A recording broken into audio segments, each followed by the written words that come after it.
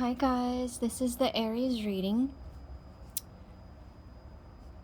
I felt like there was something pushing me to do this reading tonight. The daylight goes so quickly, it gets dark so early, but I brought some candlelight in. I feel like there's angels surrounding you right now, Aries. I feel like there's a big question or something you're waiting to hear back on. Like it might be related to the government, to travel, to papers, visas, passports, even a job. Something where you're having to wait on an answer from someone outside of you, like an authority, something that's out of your control, clearly.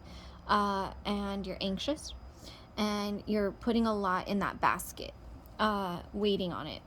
I feel like because it's going to determine your next steps as far as an adventure. We're calling it an adventure because the first card I pulled up is beginnings, which traditionally is associated with the Fool, but I want to read it less traditionally and go more intuitively because we're using a deck called the Field, which is very much subconscious energy, archetypal. And I feel like this is you. We're looking forward, but into vastness, into space, into the void, trying to be a creator, a co-creator, but a soul creator of your life path. You have a lot of energy behind you that's you've cultivated and directed and worked on yourself, worked on this energy to put into this new project, this new goal. And we know you're a cardinal fire sign. Nothing is done halfway. It's done wholly or not at all. And this is a great card to be represented. It's not just the first card that popped out. I was just shuffling and meditating and seeing where your energy was, calibrating before I began. And this flew out. And I am going to say this represents you in this reading today, and that's incredible. I also, as I began to say, I feel like you have spirit guides, angels around you, specifically spirit guides, guardian angels. The way I see those is those are guardian guides. I personally, in my healing practice, work with angels quite a bit, and it's not how pop culture perceives them to be. They're a lot more powerful actually than we realize, but they can also come through in humans, in human form. They can take form as intercessors. I'm curious now how your reading is going to be because this is such an unusual way to begin, but a beautiful way nonetheless. Just realize angels can be found even in dark places, like is the message to come through. And that's what I mean about the non-traditional sense. You don't need to always be walking on the light as a fairy, spiritual bypassing, or pretending you're awesome if you're not, right? Angels will still find you. They're still there. You're still very much with the light, even when in the dark. Wow. Very cool. Very, very, very cool. Powerful energy. Okay, I'm going to do a 6-card spread. I feel like we get a lot of messages already with 6 cards. I can't imagine doing a longer spread, but we'll start with that and see what pops up. Messages for Aries. All right. We're going to start. We've got Strength card. First card, we've got the Empress. Awesome. Liking this already. These cards are incredible. And I'll hold each card up to the camera because I know it's kind of dark. The light is dim. We've got the Hermit. Wow. So far, all major arcana, you guys. Literally, all major arcana. Big, big, big directional change. And do you notice they're all facing the same direction, left? Well, on the camera, yes, it's the left.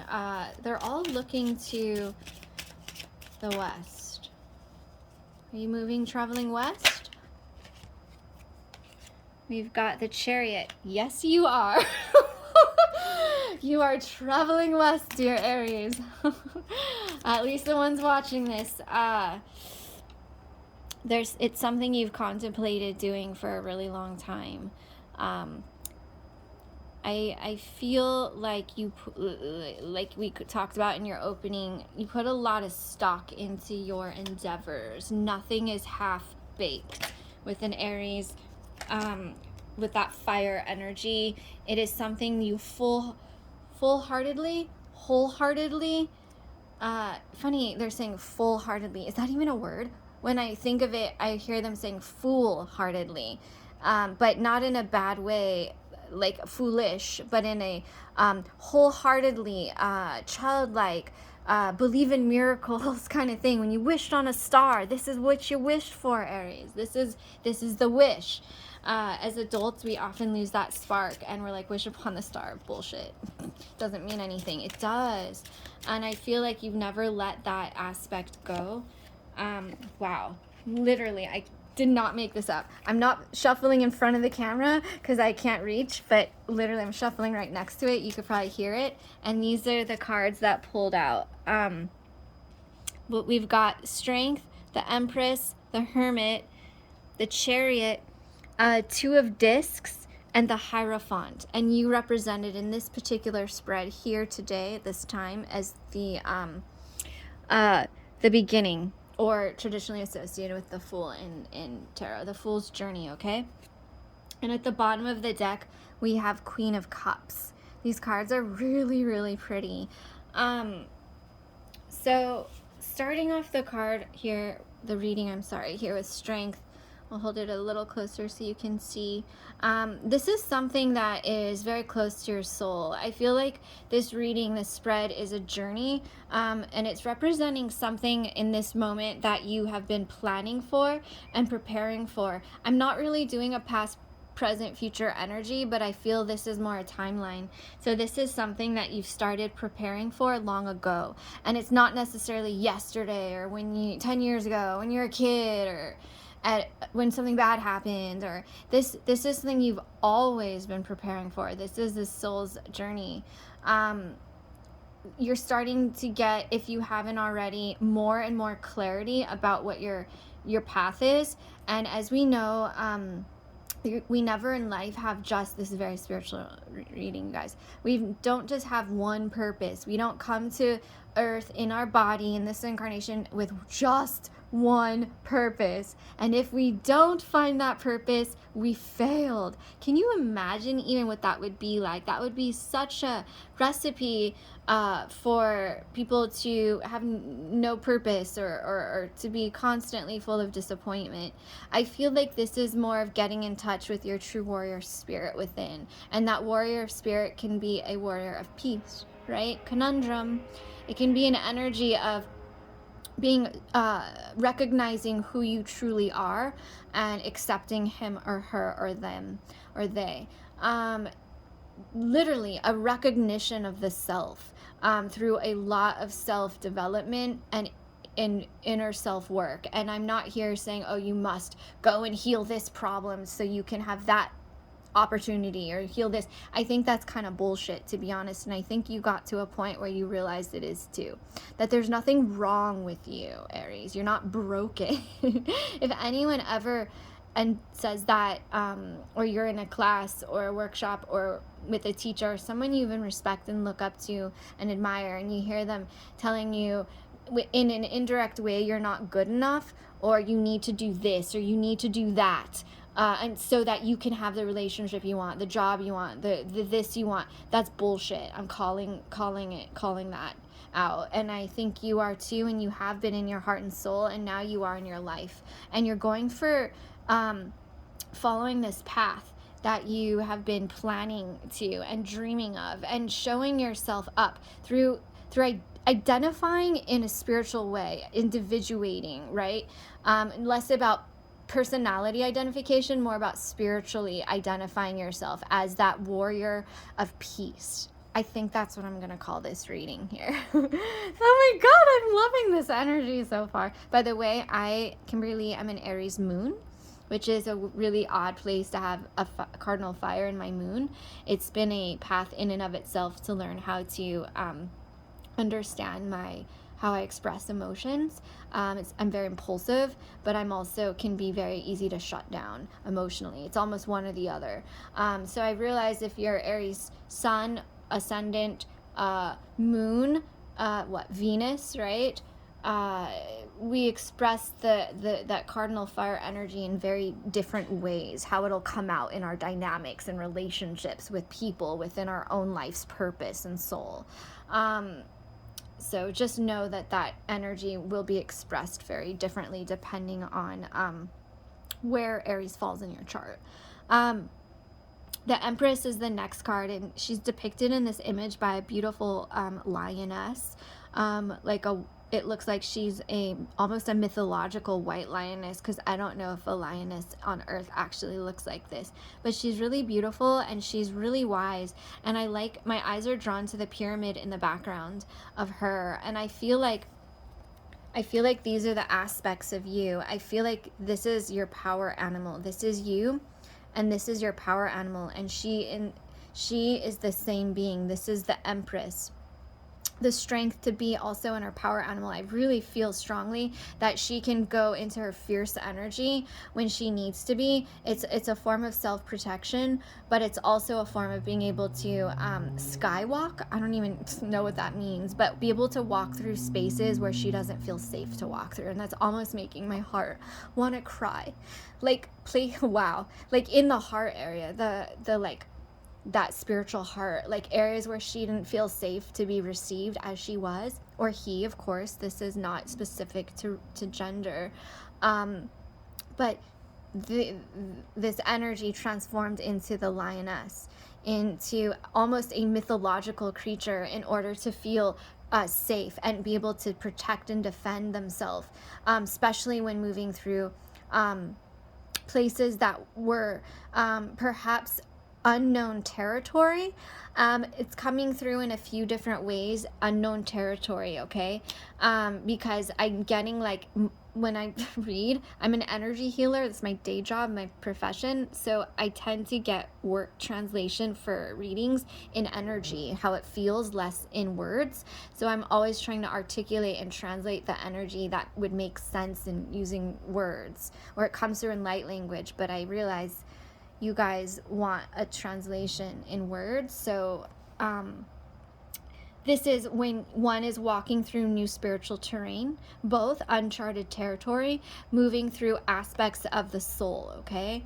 Aspects of the soul. And we notice the upward facing pyramid, upward facing triangle is also the alchemical symbol for fire. Moving through the proverbial fires of purification. Fire is an alchemical sign that is associated with kundalini, with purification, with raising, not lowers and low vibration. I try to stay out of like good, bad, right, wrong, but in a vibration that is more dense, right, to a frequency that's more subtle. So moving, that's literally the alchemical process of transmutation. And I feel like the white tiger, white lioness element here is almost the higher self, the animal totem, right? Raising from the personality and the identity of the mind into the higher self, into this tiger, into this lioness.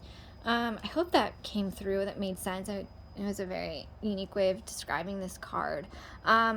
This energy, when one is connecting with lioness spirit medicine, one's connected with the higher soul, okay? And also it's expressed in this deck as the Empress. That is the highest aspect of one's conscious being in the body, right? And I'm not saying we can't go higher or to the right or to the left, but again, it's not hierarchical.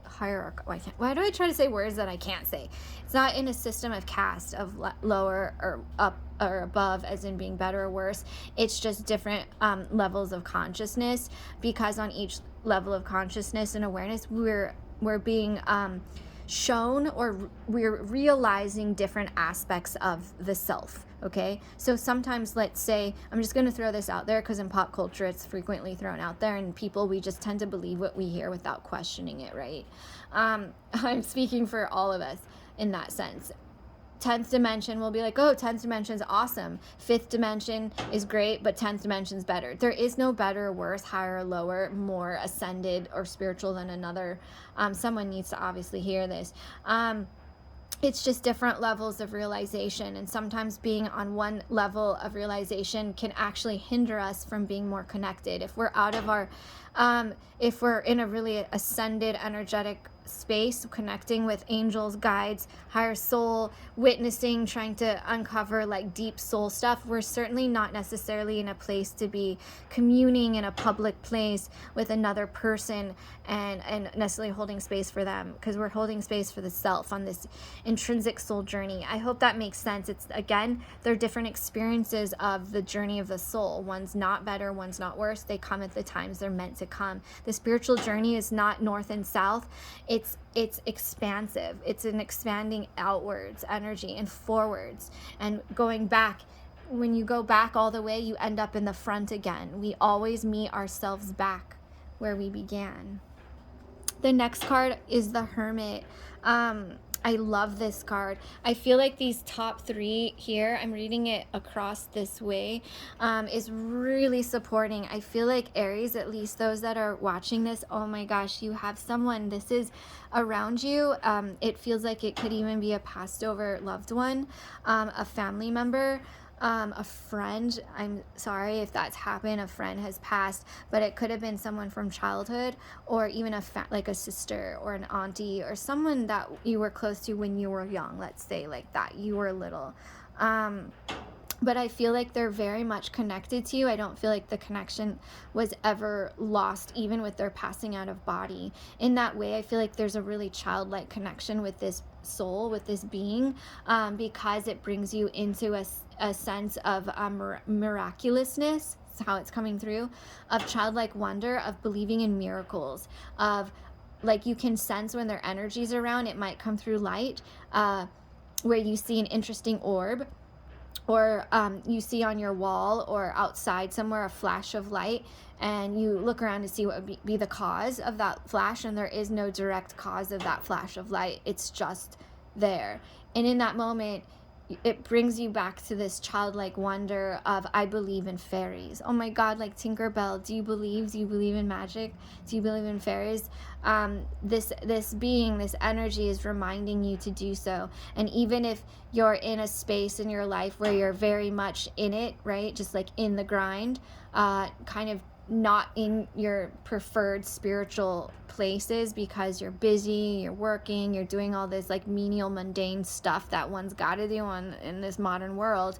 They're saying paperwork. This energy pulls you, it shows up through a flash of light and pulls you into that sense of believing in magic again, to remind you to just kind of let go of the intensity is how it's coming through. And I'm going to go back to when they brought up paperwork. If you're filling out papers or applying, or there's contracts, or there's something you need to sign, something super detailed, something where Aries energy is like, I'm signing my life away. Not really, but the energy is like when before you sign something big, it's like it feels like that because you put your whole self into it. Before you get lost in that intensity of needing everything to go a certain way or else, because that's a lot of pressure to put, an expectation to put on yourself that can lead up to disappointment, or what happens if it doesn't go as planned.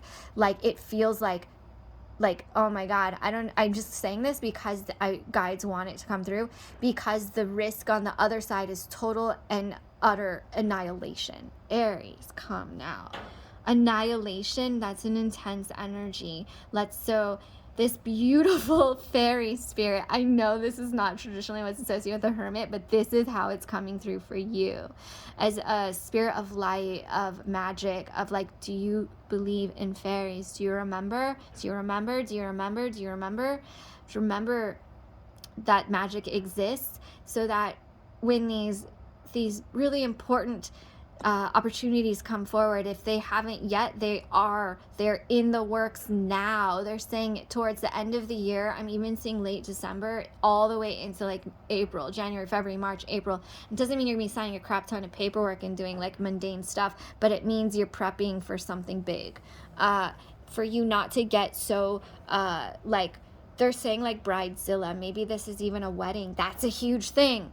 But the way it's coming through in your story here is a spiritual soul journey, which honestly, I can't speak for everybody, but I'll speak for myself as an Aries moon.